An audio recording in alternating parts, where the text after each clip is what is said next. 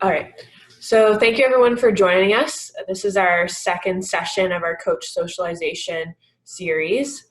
We started these series. We had this idea last week after CSCA was closed for an indeterminate amount of time, and we really wanted to provide an opportunity for coaches to connect virtually during this tough time and a lot of time of uncertainty. So we want to be able to talk about things and discuss any concerns that have you guys may have faced over the past couple of weeks given the circumstances. So please, at the end, feel free to ask any questions or provide any ideas of future topics.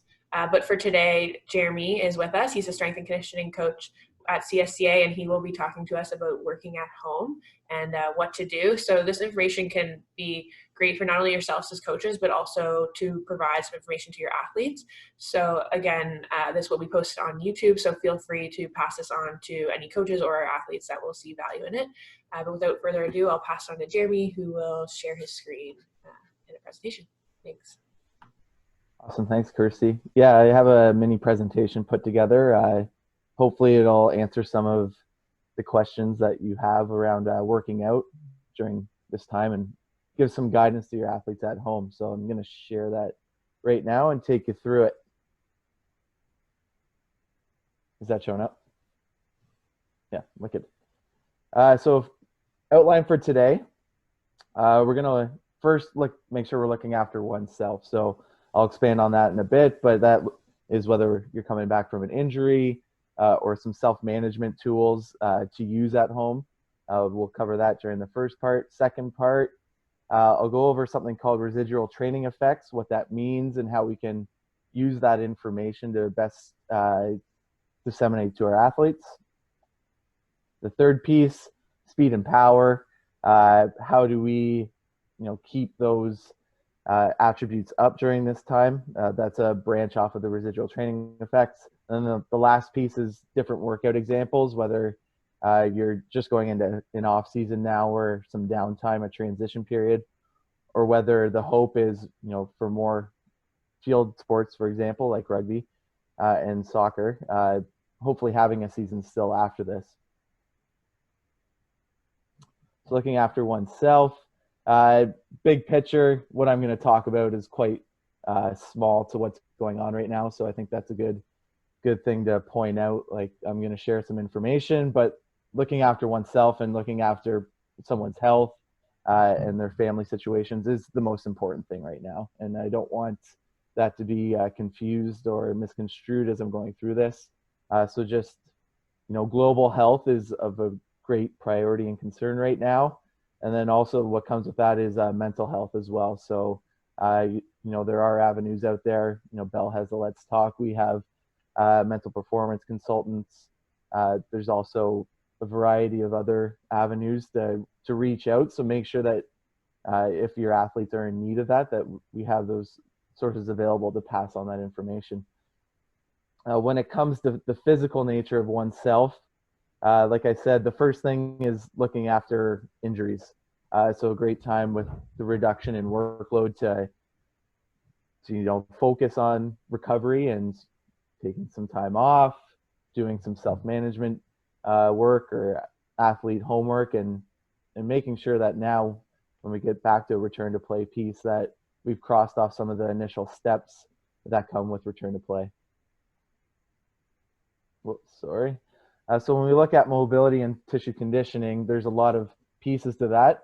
One of the main focus of it is injury prevention or injury management. When we look at it specifically, it is local. So if I'm tissue conditioning my hamstring, what does that look like? It's some self-myofascial releasing or foam rolling on my hamstring, doing some mobility work and doing some strengthening work locally to take care of that issue. So it is locally focused, but there can be a global aspect to it as well, especially for those that are starting an off season. Is just overall global mobility and stability are more of a priority. When we do look at the specific aspects of tissue conditioning and mobility, though, we want it to be specific to the sport. So what does the sport need and what does the sport demand from athletes in terms of mobility requirements, stability requirements, etc. So it's, a lot of people want to get more mobile or be as flexible as they can be, but the most mobile athletes don't equal the best athletes. Particularly when we look at speed and power athletes, they do need a level of stiffness through their tendons and joints to be able to produce force quickly. So I think it's important to know, while I'm going to talk about mobility, more mobility all the time isn't necessarily a good thing. So self-management, this is stuff that you can give the athletes as homework. The goal is to improve the health of the athlete overall. So I've talked about some of these things already. Self-myofascial release, which is just a fancy way of saying foam rolling, releasing with a lacrosse ball. The goal for this is to, imitate massage essentially. Stretching, muscle energy techniques, which is a specific type of stretching or mobility work. Meditation and yoga. So some different avenues or techniques that we can use to prescribe self-management to athletes. So self-myofascial release, like I said, foam rolling, other things that are readily available around a house, or a lacrosse ball, a tennis ball, a softball, a golf ball, whatever you have. All we're looking to do is do local releases in certain areas of the body. So a good guide for doing this type of releasing is use a discomfort scale. So if I have a lacrosse ball on my thigh and I'm facing downwards on the ground, putting pressure into it, and I find a trigger point or a point of sensitivity, let's say I give it an 8 out of 10 for soreness. Ideally, I want to sit on that and do small pulses on it until either I go down 2 points in that discomfort scale, so down to a 6 or below, or if I started at a 3 until I get under a 2. Okay, so that's generally a good guide to knowing when you've worked through a point of sensation when doing some releasing. The second piece is stretching, so different avenues to get that done. Static stretching, I think everyone is very familiar with, holding stretches for a long period of time. Muscle energy techniques and proprioceptive neuromuscular facilitation, probably the two most researched modes of stretching to increase range of motion or muscle length. They're both very similar, some semantics in the differences, but basically you're using a contraction to promote reciprocal inhibition, which will therefore relax the antagonist, and you get actually further range of motion in the stretch. And then active isolated stretching also has some good research behind it. This is more for a warm-up type stretch where you're going into a stretch, holding for 2 to 5 seconds, coming out of it, and repeating. Okay, and another piece of self-management I talked about at the start was yoga and meditation. So bringing yin to the yang. As athletes, we, when they're in the weight room, when they're on the field, when they're on the court, whatever they're doing, when they're in the pool, there's a lot of focus on the yang, but very little on the yin. And that's the parasympathetic drive that we want our athletes to have the ability to turn off, essentially. So the parasympathetic nervous system is our rest and digest system. Ways to promote that to help recovery are through different breathing patterns. So whether it's square breathing, just 4 seconds in, 4 second hold, 4 second out, 4 second hold, that's square breathing, or 6 second inhales, 7 second exhales, longer type rests. That will in itself, over time, if you do that for a couple minutes, have increase your parasympathetic nervous system drive. Yeah. Next was, so if you have any questions on that, I'll save them for the end. The next piece was around residual training effects. So if you don't know what that is, the definition is here. This book, Block Periodization, is very well renowned in the strength conditioning field in terms of periodization, but also getting the most for sport performance by Vladimir Asurin. So the definition is the retention of changes in the body state and motor abilities after the cessation or stopping training beyond a certain period of time. So if we look at, in a nutshell, what that means is we have different motor abilities. How long do we retain them? And you can see that our oxidative energy system, so our aerobic capacity essentially, we can retain that anywhere from 25 to 35 days. Strength also we hold on to quite a bit. There is about a 5% decrease in 30 days in strength, but overall that's not that big in terms of global and big picture. However, you can see towards the bottom, our ATP or our creatine phosphate system, responsible for a lot of the power movements that we do, and speed do drift off quite quickly.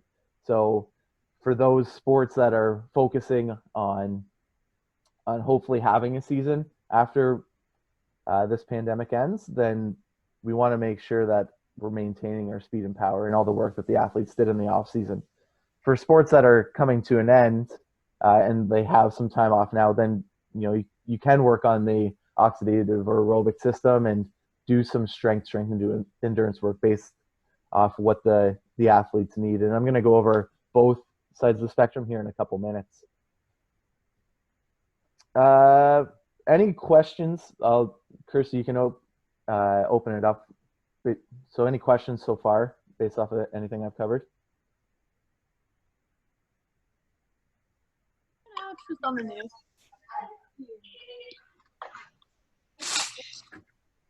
No?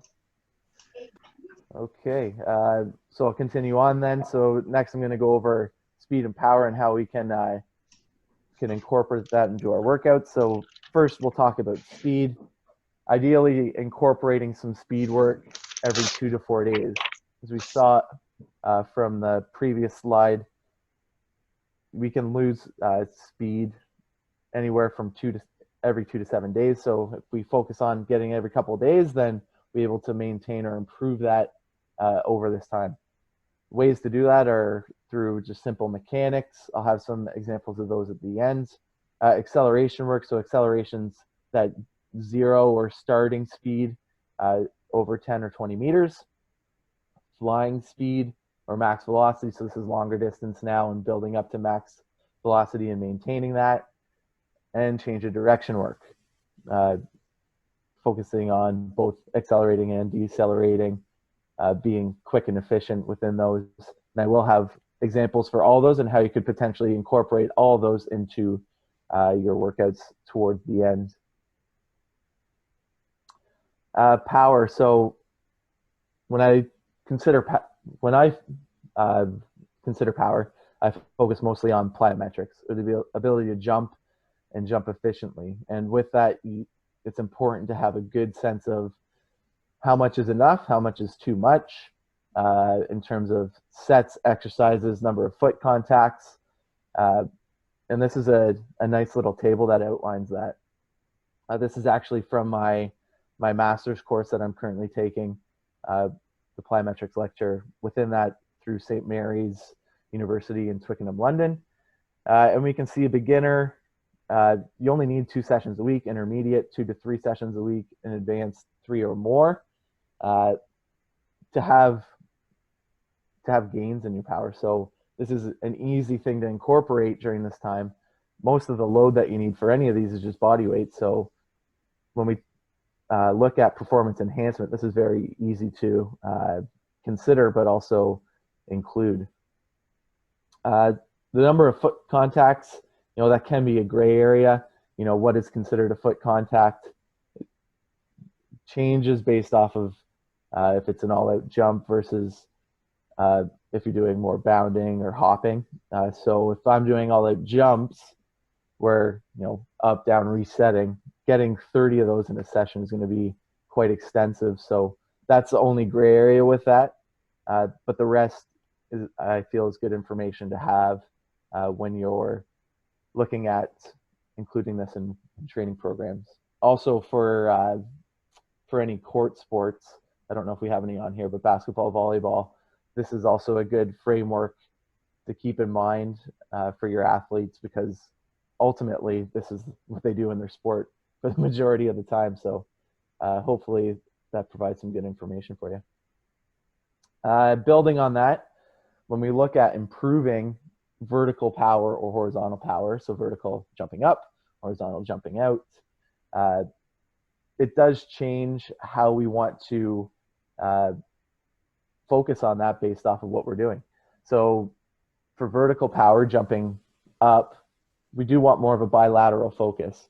Most of the time in sports, it's done off of 2 feet or off of a 1 foot to another foot transition really quickly. So both feet are in contact with the ground at the same time before propulsing up.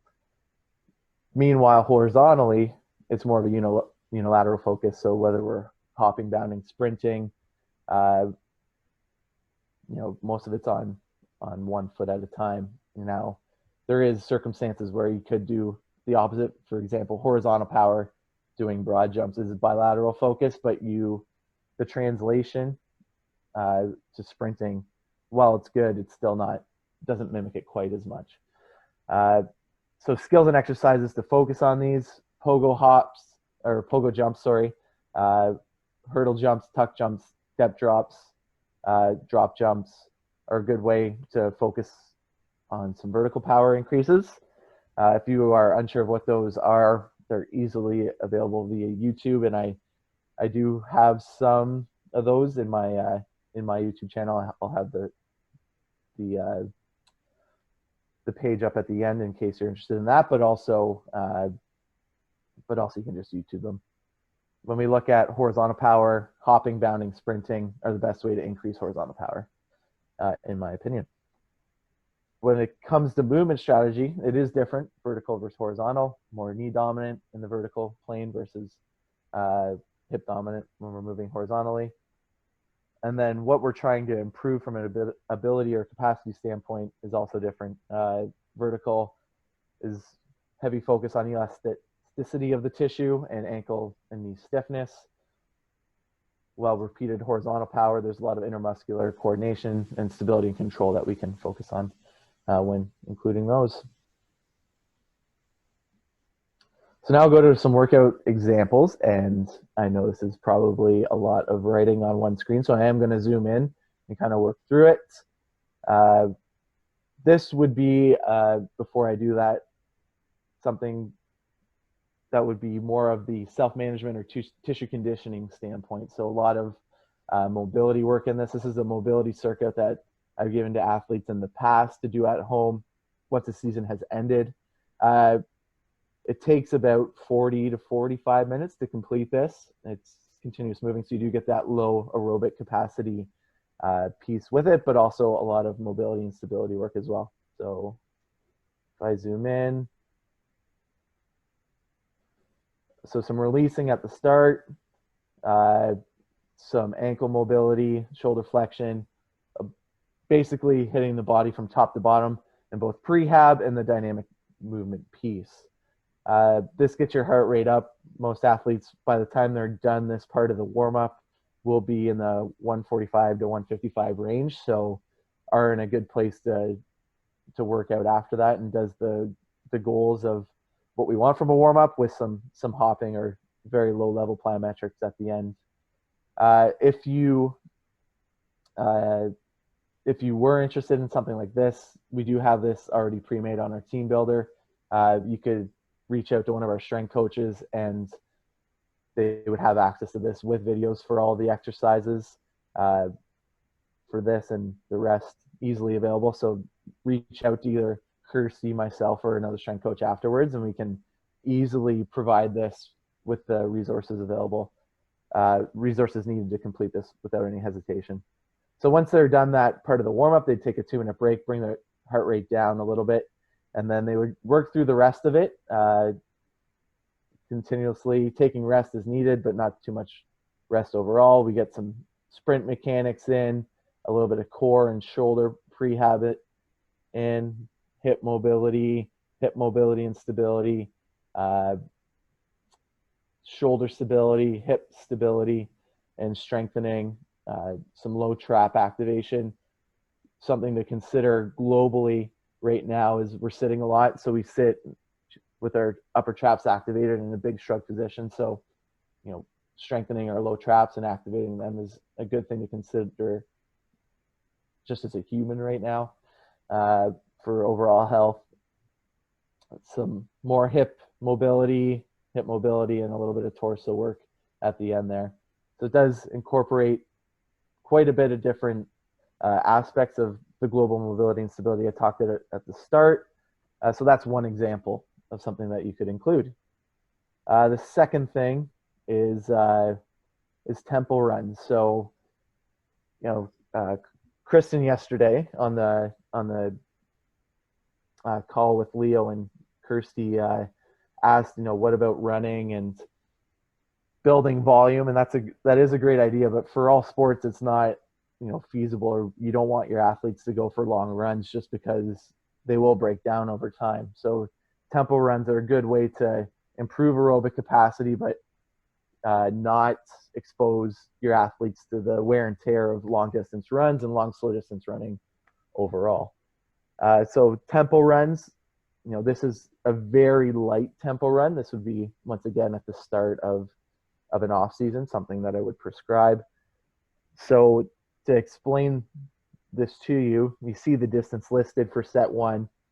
The first one is 50. So they would run 50 meters at 70 to 80% speed.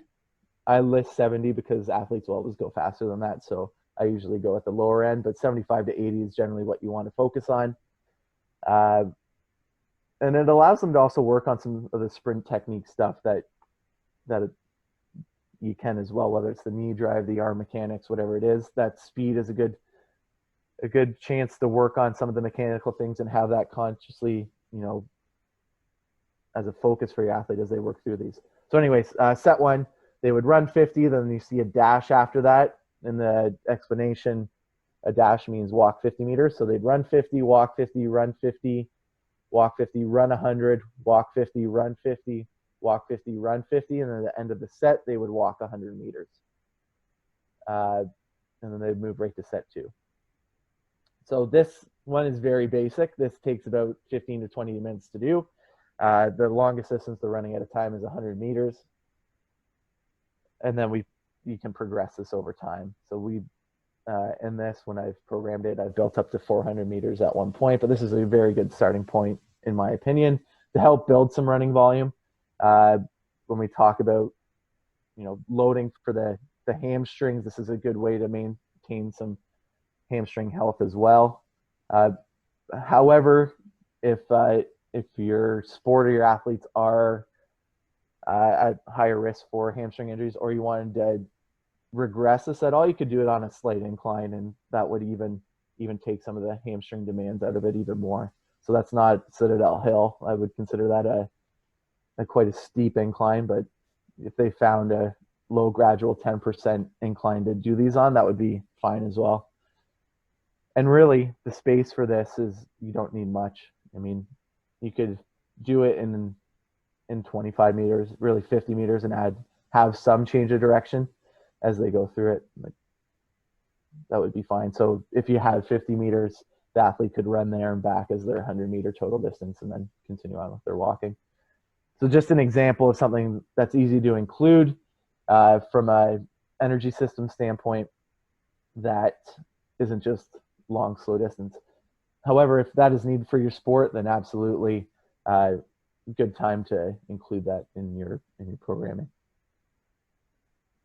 If we look at some rugby examples now, so here's two different level of athletes. So if I look at the top one, this is athletes that still need to improve their conditioning. So when we look at they do a Bronco test as their conditioning test, they are still lacking. So they, just because they can hold on to it longer, they still need to improve this quality. So they are going to be focusing on that throughout their phase while they're at home.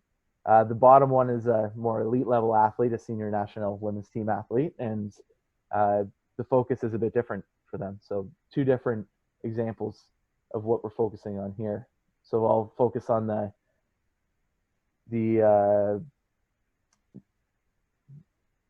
the first athlete here. So doing some at-home speed and power exercises through plyometrics.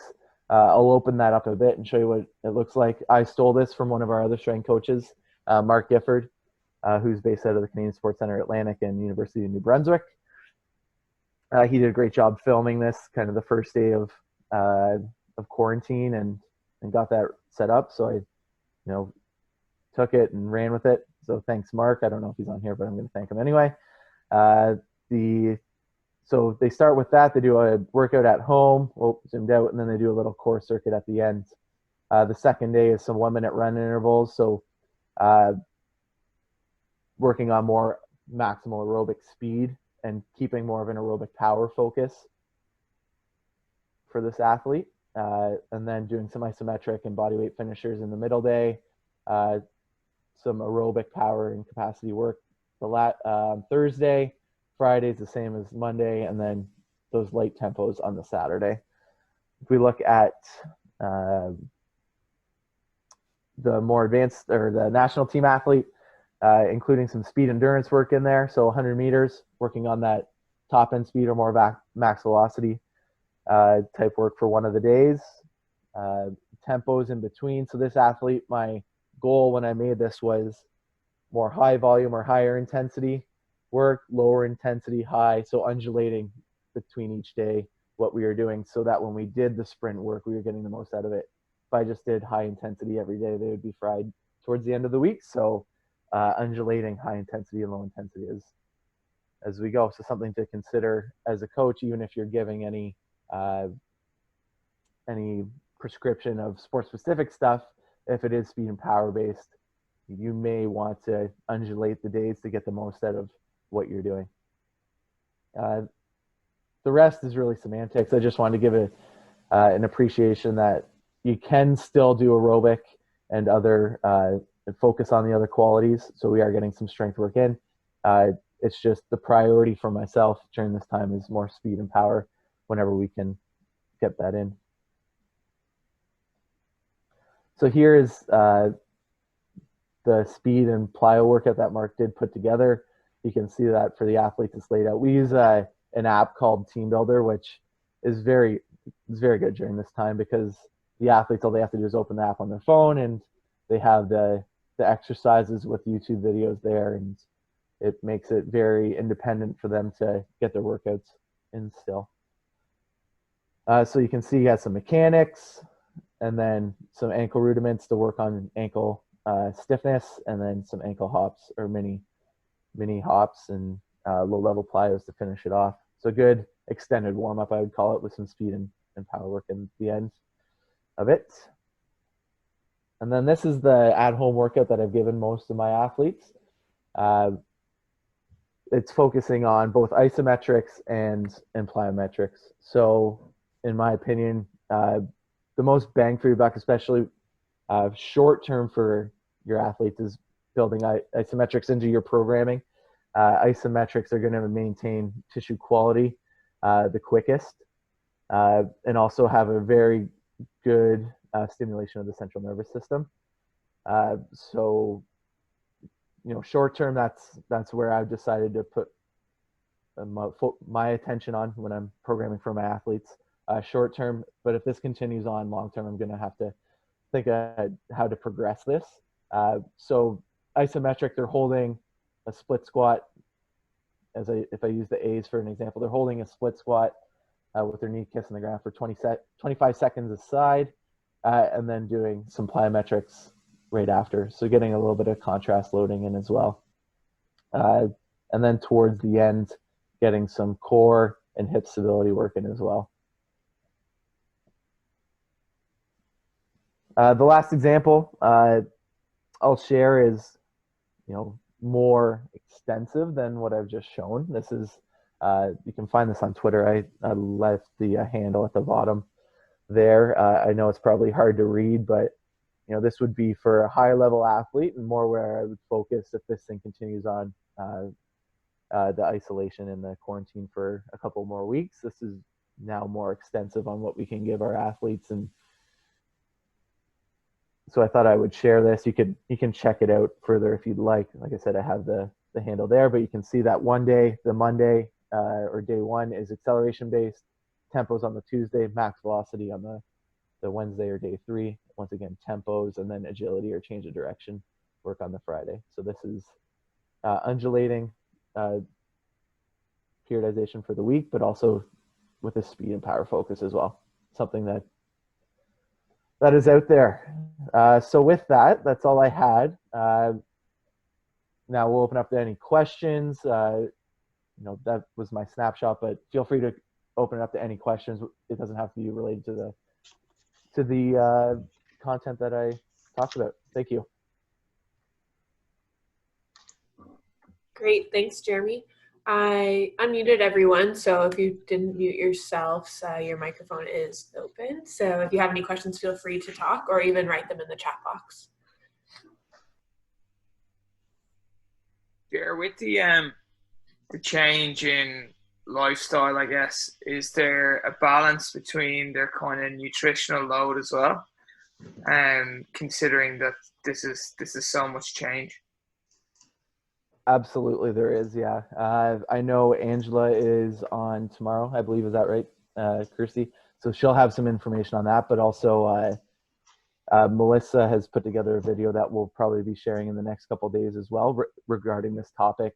And basically, I'll do a very short close note of what she'll talk about is keep your meals up, snacks, limit them a little bit more, but definitely check out those two resources to get more information on that topic. That's a great point, Jack.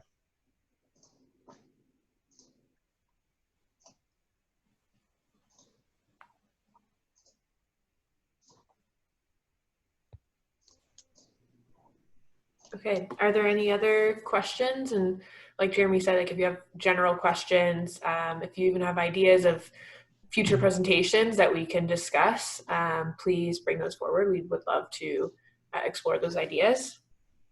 Jeremy, I just had a question. I'm a women's basketball coach at Dal.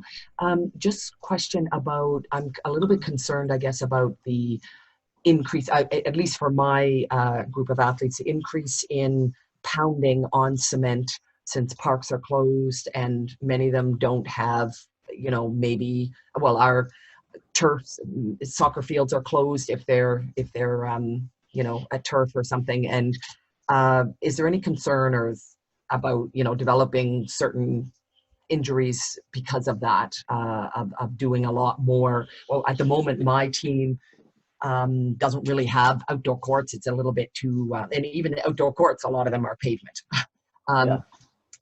They don't have access to that because of the weather, but soon they will be able to get out on the outdoor courts. But if they're running on pavement and playing on or shooting on pavement and so on, is there any reason to have concern about that, or am I being oversensitive?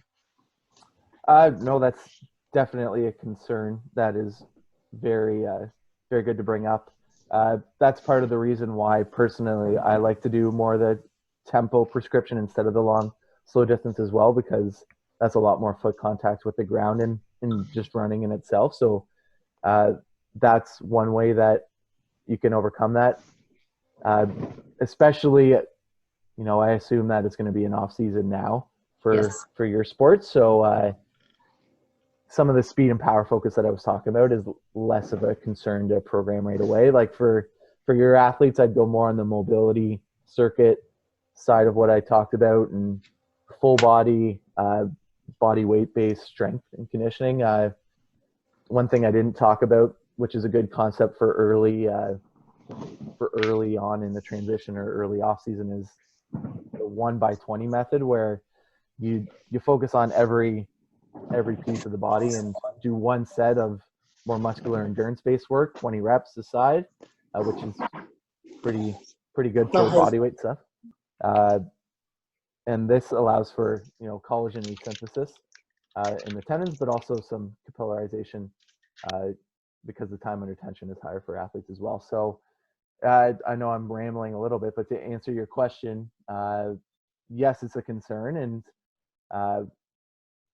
especially now with parks and fields being closed, it's more of a concern. So it is important to keep that in mind when you're when you're programming this stuff. So even if they were doing some plyometrics, plyometrics and jumping onto stairs or anything like that to help decrease the overall effective gravity in the pounding is another idea for those that are concerned about that want to incorporate plyometrics in.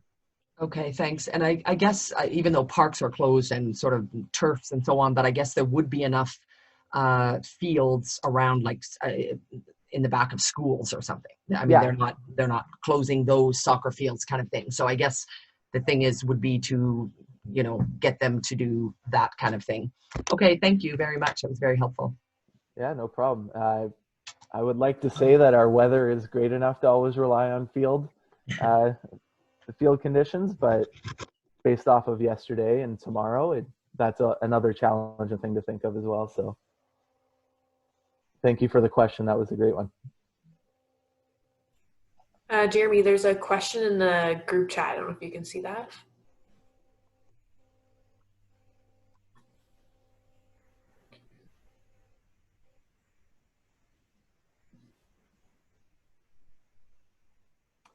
Yes. So the U14 soccer team. So a good place to start with that would be with what Mark has put together. So I would reach out, especially because you're based in Fredericton, I'd reach out to Mark Gifford and or Ken Morrison, and they can share what Mark's put together. That's a good start. And then I would, because they're quite a young team as well, I would do some body weight, more circuit-based stuff, still build some muscular endurance around that as well. But they could help you with that easily. But yes, I do agree with you that this is a little bit more advanced and some of this stuff wouldn't be applicable to that age group. So that's a great point to have there.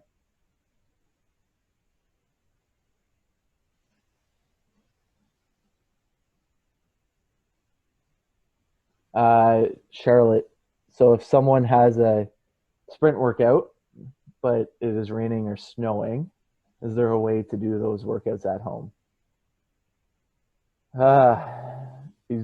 You're probably best to switch workouts for the day, because the whole point of doing sprint workouts is to improve your speed and work on your speed. So, I mean, you could do sets of 10 seconds of plyometrics, like whether it's squat jumps or alternating split squat jumps, but really you're best to save that for when the weather's nice. It's only a couple days a week that you're looking at incorporating those, so trying to pick the best days weather-wise to include those.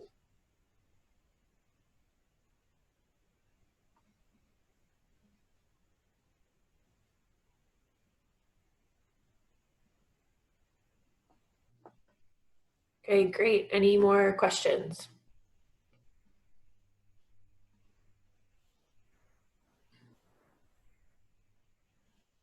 And again, if you have any suggestions about future topics, we'd greatly appreciate it.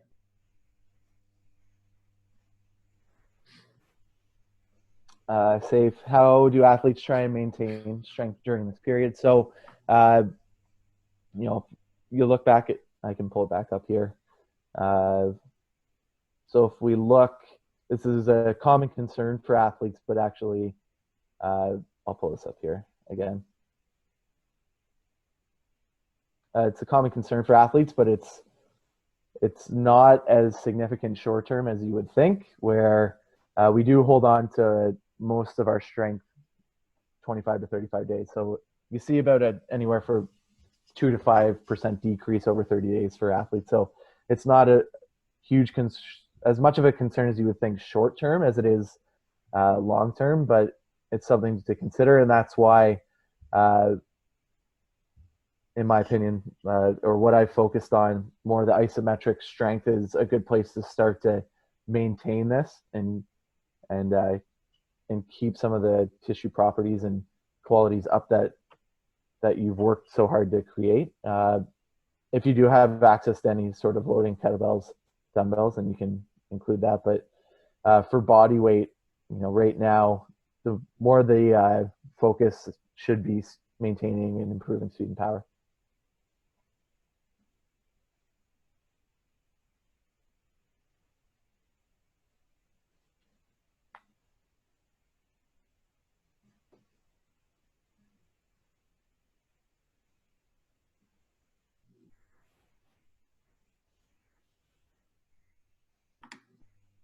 Okay, great. Thank you.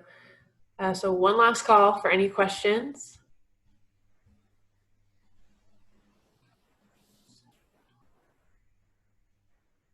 All right. Okay. Thanks so much, Jeremy. Lots of useful tips and tricks, and we will be posting this on YouTube too. So if you do want to look back at those slides, just go on to our YouTube page and you can find all the information there.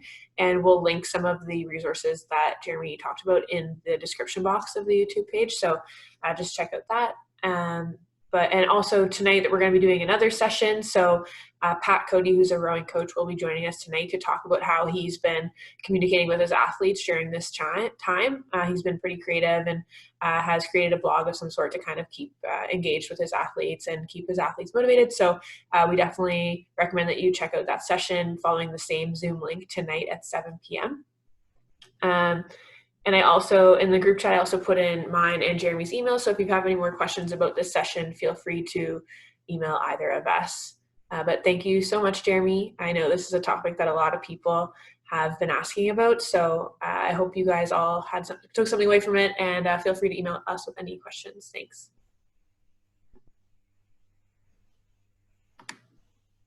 Thanks, everyone. Thank you.